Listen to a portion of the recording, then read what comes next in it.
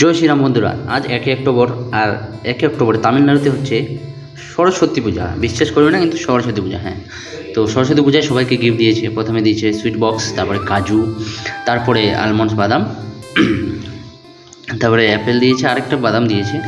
এটার বাদামের আমি নাম জানি না আপাতত, যাই হোক এটা একটা বাদাম দিয়েছে, নাম জানলে অবশ্যই জানিয়ে দিবা। তো তারপরে কিন্তু এখানকার বিখ্যাত আমাদের মুড়ি।